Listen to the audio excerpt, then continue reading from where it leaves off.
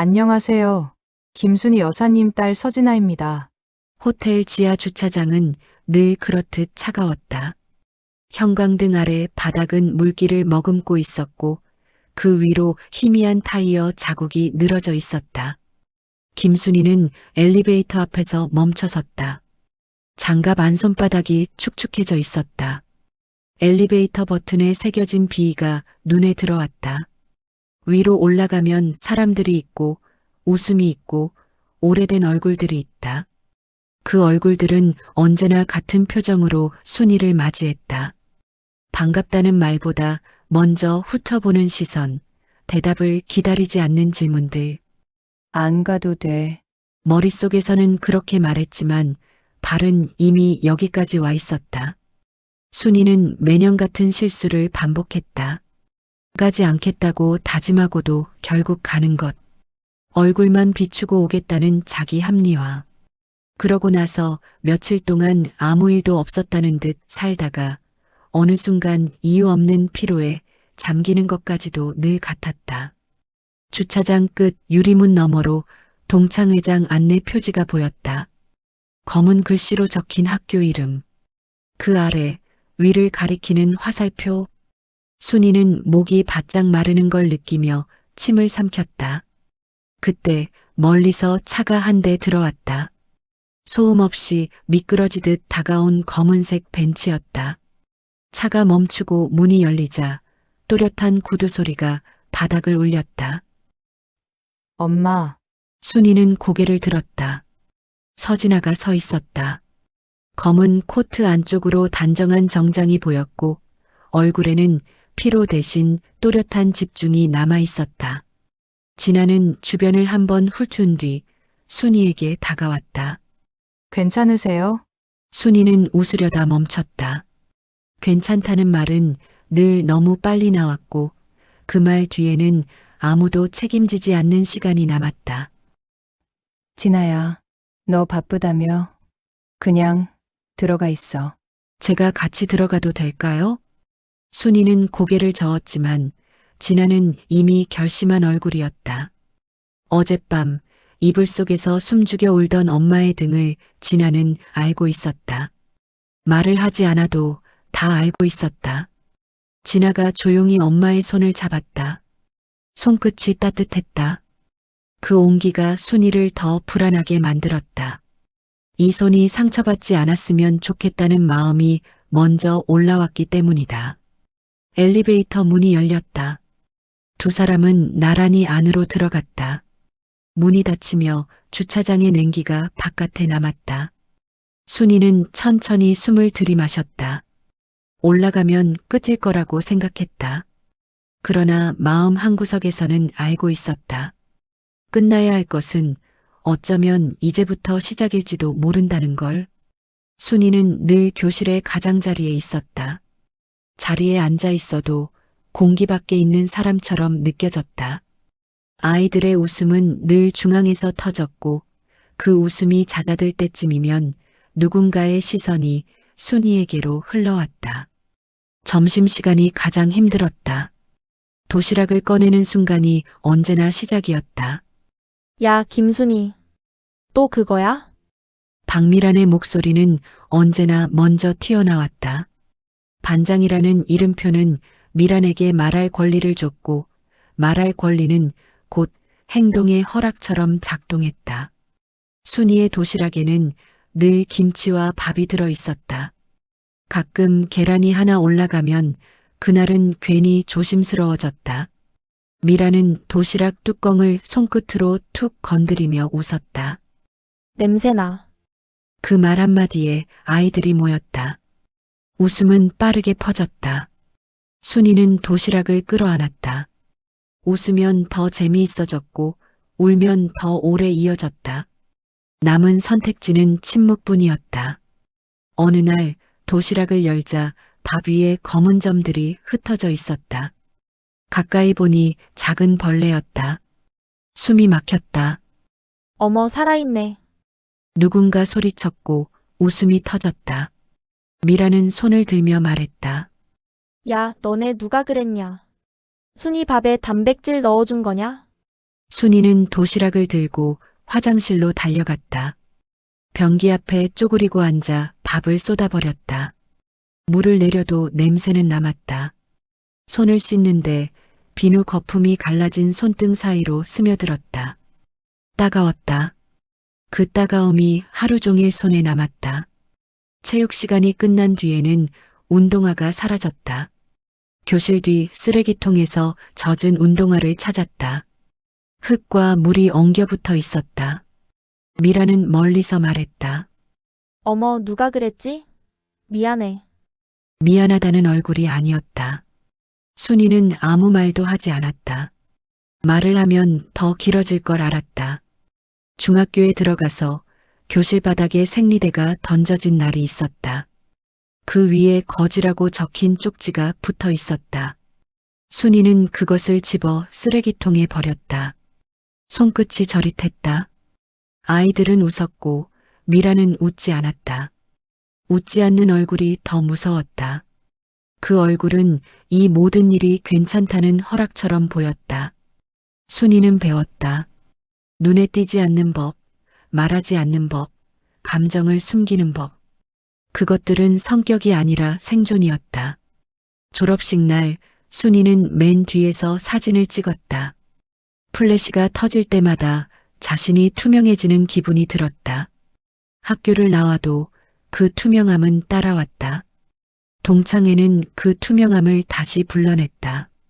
어른이 된 얼굴로 어른의 말을 하면서도 그들은 언제나 같은 질문을 던졌다. 무엇을 하느냐, 어디에 사느냐, 결혼은 했느냐. 질문은 정보 수집이 아니라 확인이었다. 내가 여전히 아래에 있는지. 순이는 대답을 짧게 했다. 그게 자신을 지키는 유일한 방법이었다. 성인이 된 순이는 청소 일을 시작했다. 새벽에는 빌딩 유리를 닦았고, 낮에는 학원 계단을 쓸었고, 밤에는 식당에서 설거지를 했다. 손끝은 늘 불어 있었고, 손등은 쉽게 갈라졌다. 일은 많았지만 말은 줄었다. 딸 진아가 태어나자 순이는 더 말이 없어졌다. 대신 괜찮다는 말을 자주 했다. 괜찮다. 그 말은 아이에게 하는 말이 아니라 자신에게 하는 주문이었다. 동창회 초대가 올 때마다 순이는 망설였다. 가지 않으면 더 말이 나올 것 같았고 가면 다칠 걸 알았다. 결국 매년 같은 옷을 입고 같은 자리에 앉았다. 테이블 끝. 사람들이 자연스럽게 비켜주는 자리였다. 박미라는 늘 먼저 다가왔다. 순이야, 아직도 청소일해? 대단하다. 나는 허리 아파서 못하겠던데. 대단하다는 말은 칭찬처럼 들렸지만 그 끝에 붙은 미소가 순이를 작게 만들었다. 주변 사람들은 고개를 끄덕이며 웃었다. 누구도 말리지 않았다. 대화는 자연스럽게 자식 이야기로 흘렀다. 우리 아들은 강남에 학원 차렸어. 우리 딸은 무역회사 다니는데 곧 결혼해. 순이는 고개만 끄덕였다. 말하고 싶은 이야기는 늘 있었지만 그 이야기들은 곧 질문으로 되돌아올 게 분명했다. 아빠는 누구냐? 집은 어디냐? 학원은 다녔냐? 질문들은 칭찬을 기다리지 않았다. 작년 동창회에서 미란이 말했다. 아직도 걸레질 하냐? 술잔 위로 웃음이 흘렀다. 순이의 귀가 멍해졌다. 웃지도 울지도 못했다. 입술을 깨물었고 피맛이 났다. 그날 밤 집에 돌아와 욕실 문을 잠갔다. 수건을 입에 물고 울었다. 딸에게 들키고 싶지 않았다. 딸이 상처받을까봐, 딸이 세상을 미워하게 될까봐. 아침이 되자 아무 일도 없었던 것처럼 밥을 차렸다. 진아는 엄마의 얼굴을 한번 보고 물었다. 엄마, 어제 무슨 일 있었어요? 순이는 웃었다. 아니야. 그 말은 거짓말이었지만 동시에 진실이기도 했다. 순이의 삶에는 늘 이런 일들이 있었고 그녀는 그것을 일로 여기며 살아왔으니까. 그러나 그날 밤 침대에 누운 순이는 처음으로 생각했다. 혹시 이걸 끝낼 수 있는 날이 올지도 모른다고. 엘리베이터 문이 열리자 따뜻한 공기와 함께 소음이 밀려들었다. 웃음소리, 잔 부딪히는 소리, 음악이 뒤섞인 소리. 순이는 발을 내딛는 순간 어깨가 조금 굳는 걸 느꼈다. 진아는 엄마의 속도를 맞췄다. 앞서가지도 뒤처지지도 않았다. 동창회장 입구에서 명찰을 나눠주고 있었다. 순이는 잠시 머뭇거렸지만 진아가 먼저 다가가 말했다. 김순이라고 또렷하게 발음했다. 직원이 명찰을 건네자 진아는 엄마의 옷깃에 그것을 달아주었다. 이름이 가슴께에서 반짝였다. 문을 열고 들어가자 익숙한 얼굴들이 한꺼번에 시야에 들어왔다. 순이는 자동적으로 가장 끝자리를 찾았다. 그때 박미란의 목소리가 들렸다. 어머, 순이야. 미라는 여전히 중심에 있었다. 사람들 사이에서 자연스럽게 웃고 손짓하고 말의 흐름을 만들고 있었다. 그녀는 순이를 보자마자 다가왔다. 반갑다는 말보다 먼저 시선이 순이의 옷과 얼굴을 훑쳤다. 왔네. 나는 네가 안 올 줄 알았지. 순이는 짧게 고개를 끄덕였다. 그때 진아가 엄마 옆으로 한 걸음 더 들어와 말했다. 안녕하세요. 김순희 여사님 딸 서진아입니다. 순간 미란의 시선이 진아에게로 옮겨갔다. 얼굴, 코트, 가방, 구두. 아주 짧은 시간에 끝난 평가였다. 미란의 입꼬리가 올라갔다. 어머, 딸이구나. 정말 예쁘다. 그리고 곧이어 질문이 붙었다. 무슨 일해? 순이의 숨이 얕아졌다. 그 질문이 딸에게 향하는 게 싫었다. 진아는 잠깐 웃고 답했다. 회사 다녀요. GK전자요. 주변의 시선이 모였다. 미란의 표정이 아주 미세하게 굳었다가 다시 풀렸다. 대기업이네. 팀원이야? 팀장이에요. 글로벌 마케팅 본부요. 공기가 달라졌다. 누군가가 어머하고 소리를 냈고 누군가는 자리 정리를 하며 진아에게 앉을 곳을 만들었다. 방금 전까지 순이를 스쳐 지나가던 눈빛들이 이제는 진아를 중심으로 다시 배열됐다. 순이야, 딸이 이렇게 잘 됐는데 왜 말 안 했어? 그러게. 진아 씨 여기 앉아요. 순이는 그 친절이 낯설었다. 딸이 없었다면 이 자리는 여전히 끝자리였을 것이다. 그 사실이 기쁘기보다 서늘했다. 미란이 다시 물었다. 순이야. 너 요즘도 청소 일해? 질문은 습관처럼 튀어나왔다. 순이는 고개를 끄덕였다. 말이 나오지 않았다. 그때 진아가 조용히 말했다. 네. 어머니는 청소 일을 하세요. 미란이 웃으며 고개를 끄덕이려는 순간 진아의 말이 이어졌다. 그리고 그 일 덕분에 제가 여기까지 왔어요. 웃음이 멎었다. 미란의 표정이 잠시 멈췄다. 진아는 그 얼굴을 지나치지 않았다. 그런데요. 한 단어가 공기를 가라앉혔다. 어머니께서 학창시절 이야기를 가끔 하세요. 특히 잠을 못 주무실 때요. 순이의 손이 무릎 위에서 굳었다. 진아의 시선이 미란에게 고정됐다. 박미란 씨? 제 어머니 도시락에 벌레 넣으셨던 거 기억하세요? 미란의 웃음이 사라졌다. 그건 애들 장난이었지. 운동화를 변기에 버린 것도요? 중학교 때 거지라고 쪽지 붙인 것도 주변이 조용해졌다. 누군가는 고개를 숙였고 누군가는 물잔을 만지작거렸다. 순이는 심장이 귀 옆에서 뛰는 것 같았다. 진아는 감정을 올리지 않았다. 대신 하나씩 꺼냈다. 작년 동창회에서 했던 말, 재작년의 말, 그 전의 말들. 말들은 쌓여서 하나의 그림이 됐다. 그래서 생각했어요. 진아가 말했다. 박미란 씨 가족들은 어떻게 살고 계실까? 미란의 목소리가 높아졌다. 너 지금 뭐라는 거야? 진아는 흔들리지 않았다. 아드님 준호 씨, 강남에서 영어학원 운영하시죠? 무자격 강사 문제로 민원이 꽤 들어와 있던데요. 따님 수진 씨 회사는 GK전자 거래처죠. 최근 품질 관련 재검토 대상이에요. 남편분 사업도 협력업체 쪽에서 품질 검증 강화 요청이 있었고요. 너 협박하는 거야? 아니요. 진아는 단정하게 말했다. 절차요. 사실 확인. 그 말이 테이블 위에 내려앉았다. 미라는 더 말을 잇지 못했다. 순이는 그 모습을 보며 이상한 감정을 느꼈다. 통쾌함이 아니라 오래된 무게가 조금 내려앉는 느낌이었다. 진아는 엄마의 손 위에 손을 얹었다. 엄마, 괜찮아요. 그 말에 순이는 처음으로 고개를 들었다. 동창회가 끝난 뒤 두 사람은 로비 카페에 앉았다. 유리창 너머로 밤이 내려앉고 있었다. 순이는 컵을 두 손으로 감싸쥐었다. 손이 아직도 떨렸다. 진아야, 순이가 말했다. 너 오늘 말끝이 흐려졌다. 너무 멀리 간 것 같다는 말과 고맙다는 말이 동시에 올라왔다. 진아는 잠시 엄마를 바라보다가 말했다. 엄마가 불편했어요? 아니, 그 사람들 자식들은 진아는 고개를 끄덕였다. 알아요.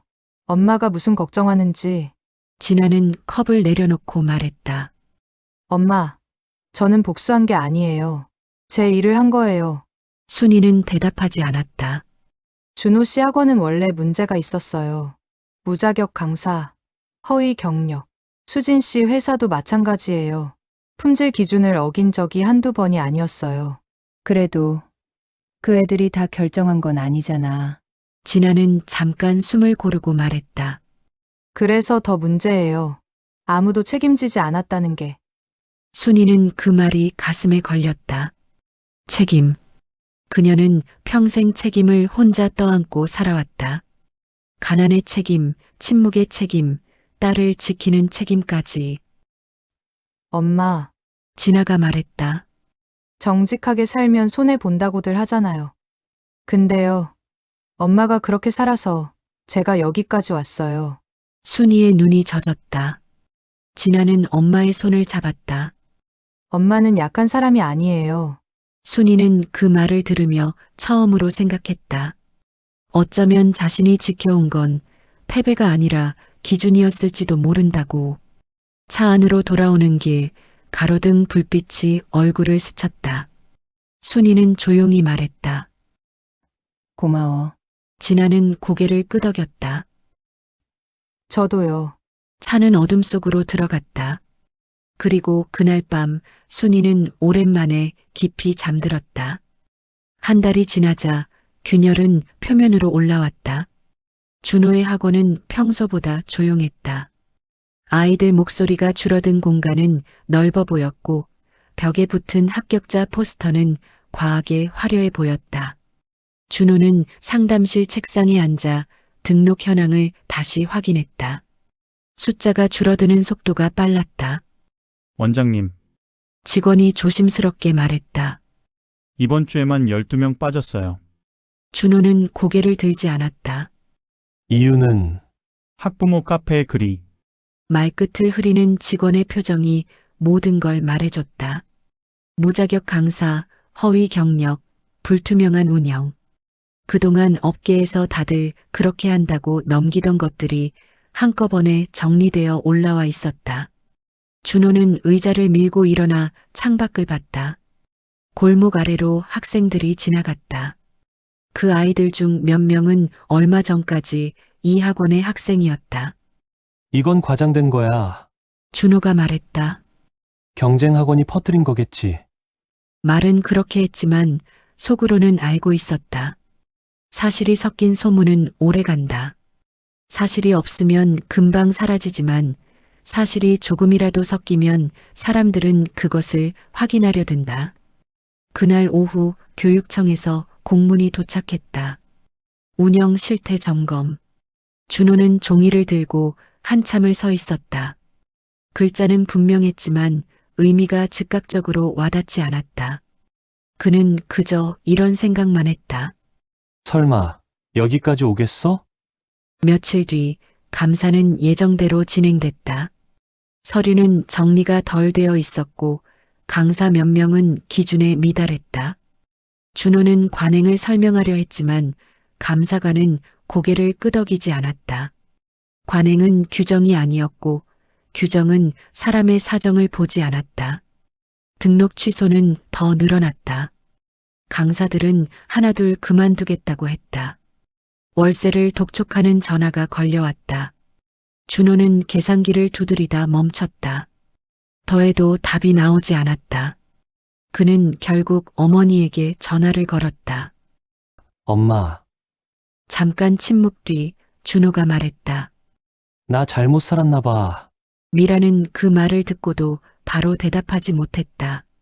아들이 처음으로 관행이 아니라 잘못이라는 단어를 썼기 때문이다. 2달째 딸의 차례가 왔다. 수지는 회의실에서 호출을 받았다. 팀 전체가 아닌 개인 면담이었다. 팀장은 서류를 넘기며 말했다. 이번 거래 중단건 때문에 구조조정이 불가피해요. 수지는 고개를 끄덕였다. 이유를 묻지 않았다. 이미 알고 있었다. 회사가 어떤 방식으로 계약을 유지해 왔는지, 그 안에서 자신이 어떤 선택을 했는지. 품질 문제는 개인 책임은 아니에요. 팀장이 덧붙였다.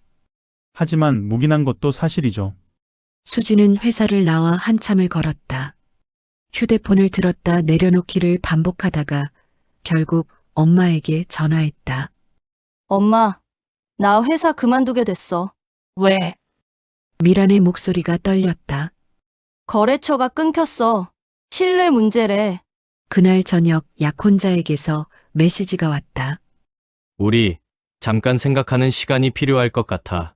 그 메시지는 하루 뒤 부모님이 반대하셔라는 말로 바뀌었다. 수지는 거울을 보았다. 눈밑이 퀭했다. 그녀는 문득 떠올렸다. 회사에서 품질 문제를 처음 봤을 때 선배가 했던 말. 괜히 나서지 마. 다들 그렇게. 그 말에 고개를 끄덕였던 자신이 지금의 자신을 데려왔다는 걸 수지는 인정할 수밖에 없었다. 3달째 남편의 사업도 흔들렸다. 거래처 몇 곳이 동시에 계약을 정리했다.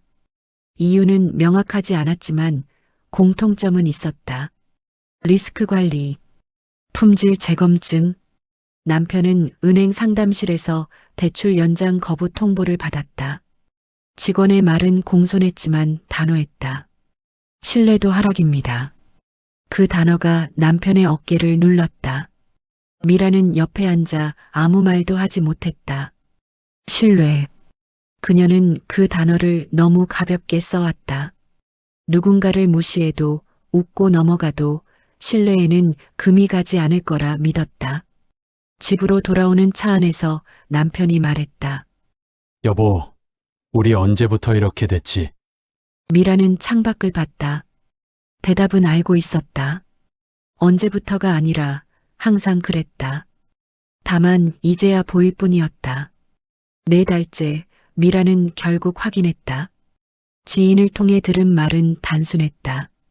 누군가 특별히 벌을 준 게 아니라 기준이 적용됐을 뿐이라는 것. 문제가 있었고 그것이 드러났고 결과가 따랐다는 것. 미라는 거실 바닥에 앉아 손바닥으로 얼굴을 가렸다. 그녀는 처음으로 이해했다.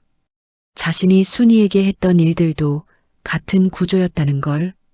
힘이 있을 때는 아무 일도 일어나지 않는 것처럼 보였지만 사실은 쌓이고 있었다. 그리고 그 축적은 언젠가 반드시 형태를 갖는다. 6달째 되는 날 미라는 순이의 집 앞에 섰다. 예전 같았으면 주저하지 않았을 자리였다. 오늘은 초인종 앞에서 손이 쉽게 올라가지 않았다. 몇 번을 심호흡한 뒤에야 버튼을 눌렀다. 문이 열렸다. 진아가 서 있었다. 미라는 고개를 숙였다. 부탁이야. 진아는 표정을 바꾸지 않았다. 그 표정은 냉정이 아니라 이미 결론을 지난 사람의 얼굴이었다. 학원이 문제 있었던 건 사실이에요. 회사도 사업도 마찬가지고요. 미라는 아무 말도 할 수 없었다. 그리고 진아가 말했다. 어머니한테 했던 일들 기억하세요. 미란의 숨이 막혔다. 도시락, 운동화, 쪽지, 웃음.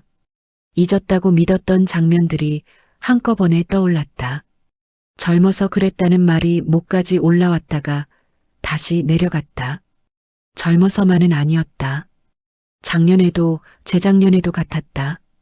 오늘 여기 온 이유는 진아가 이어 말했다. 어머니께 미안해서가 아니라 제가 무서워서죠. 미라는 고개를 들 수 없었다. 며칠 뒤 동창의 단체방이 다시 움직였다. 각자의 문제들이 올라왔다. 좌천, 매출 감소, 계약 파기. 누군가는 말했다. 우리 같이 가서 사과하자. 약속된 날 5명이 순이의 집 앞에 섰다. 모두 이전과 다른 얼굴이었다. 문을 연 건 순이었다. 왜 왔어? 미란이 말했다. 사과하러. 순이는 고개를 저었다. 너무 늦었어. 그 말은 차분했지만 단단했다. 그동안 준비된 말처럼. 작년에도, 재작년에도, 순이가 말했다. 그때는 왜 안 했어? 아무도 대답하지 못했다. 미안하다고 다 해결돼. 너희 자식들 망한 거, 진아가 만든 거 아니야. 각자 했던 선택들이 이제 보이는 거야. 순이는 문을 닫으려다 멈췄다. 너희한테 나는 친구가 아니었어. 그냥 괴롭힐 대상이었지. 문이 닫혔다. 안쪽에서 진아가 엄마의 어깨를 감싸 안았다. 순이의 어깨가 작게 떨렸다. 하지만 이번엔 울음이 아니었다. 오래 붙잡고 있던 것을 내려놓는 떨림이었다. 그날 저녁 집안은 조용했다. 텔레비전은 꺼져 있었고 창밖에서는 바람 소리만 낮게 들렸다. 순이는 소파에 앉아 손을 무릎 위에 얹고 있었다. 손이 떨리지는 않았지만 오래 쥐고 있던 힘이 빠진 사람처럼 묵직했다. 진아는 부엌에서 물을 끓이다가 컵을 2개 꺼냈다. 김이 올라오는 컵을 식탁에 놓고 엄마 맞은편에 앉았다. 엄마, 진아가 먼저 입을 열었다. 오늘 많이 힘드셨어요? 순이는 잠시 생각하다가 고개를 저었다. 아니, 그리고 덧붙였다. 이상하게 덜 힘들어. 진아는 말없이 고개를 끄덕였다. 순이는 그 고개 끄덕임 속에서 딸이 이미 많은 걸 알고 있다는 걸 느꼈다. 진아야, 순이가 말했다. 엄마는 네가 너무 멀리 간 건 아닐까. 그게 조금 걱정이었어. 진아는 컵을 2 손으로 감싸 쥐었다. 손등에 김이 스쳤다. 엄마, 진아의 목소리는 낮고 차분했다. 엄마는 제가 누굴 벌 줬다고 생각하세요? 순이는 바로 대답하지 못했다. 벌을 준 것 같기도 했고 아닌 것 같기도 했다. 저는요, 진아가 말을 이었다. 그 사람들이 무너지길 바라지 않았어요. 그냥 기준을 확인했을 뿐이에요. 순이는 그 말을 곱씹었다. 기준. 자신이 평생 붙들고 살았던 말이었다. 돈이 없어도 배경이 없어도 남을 속이지 않는 것. 남의 위에 서서 웃지 않는 것. 엄마, 진아가 말했다. 만약 그 사람들이 제대로 살았으면 오늘 일은 없었을 거예요. 제가 아무리 확인해도 문제는 없었을 거고요. 순이는 천천히 고개를 끄덕였다. 그래, 순이가 말했다. 엄마도 그건 알아. 잠시 침묵이 흘렀다. 침묵은 불편하지 않았다. 서로 같은 곳을 보고 있다는 느낌이 들었다. 그때 진아의 휴대폰이 울렸다. 모르는 번호였다. 진아는 잠시 망설이다가 전화를 받았다. 여보세요. 잠깐의 침묵 뒤 낮고 떨리는 목소리가 흘러나왔다. 진아 씨, 저 박미란이에요. 진아는 아무 반응을 보이지 않았다. 대신 통화를 이어갔다. 말씀하세요. 제발 우리 수진이만큼은. 미란의 말은 끝까지 이어지지 못했다. 진아는 잠시 숨을 고른 뒤 말했다. 수진 씨가 다니던 회사는요. 품질 기준을 여러 번 어겼어요. 알고 계셨죠? 그건 미란의 목소리가 흔들렸다. 회사에서 그런 일을 묵인했다면 진아는 단정하게 말했다. 그 안에 있던 사람들도 책임에서 완전히 벗어날 수는 없어요. 미란은 한동안 아무 말도 하지 못했다. 미안해요. 겨우 들려온 말이었다. 진아는 잠시 눈을 내렸다가 다시 올렸다. 늦었어요. 통화는 그 한마디로 끝났다. 진아는 휴대폰을 내려놓고 엄마를 바라봤다. 순이는 아무 말도 하지 않았다. 대신 딸의 손을 가볍게 잡았다. 그 손은 단단했고 흔들리지 않았다. 며칠 뒤 순이는 다시 박미란을 만났다. 이번엔 집 앞이 아니라 근처 작은 공원이었다. 미란은 혼자였다.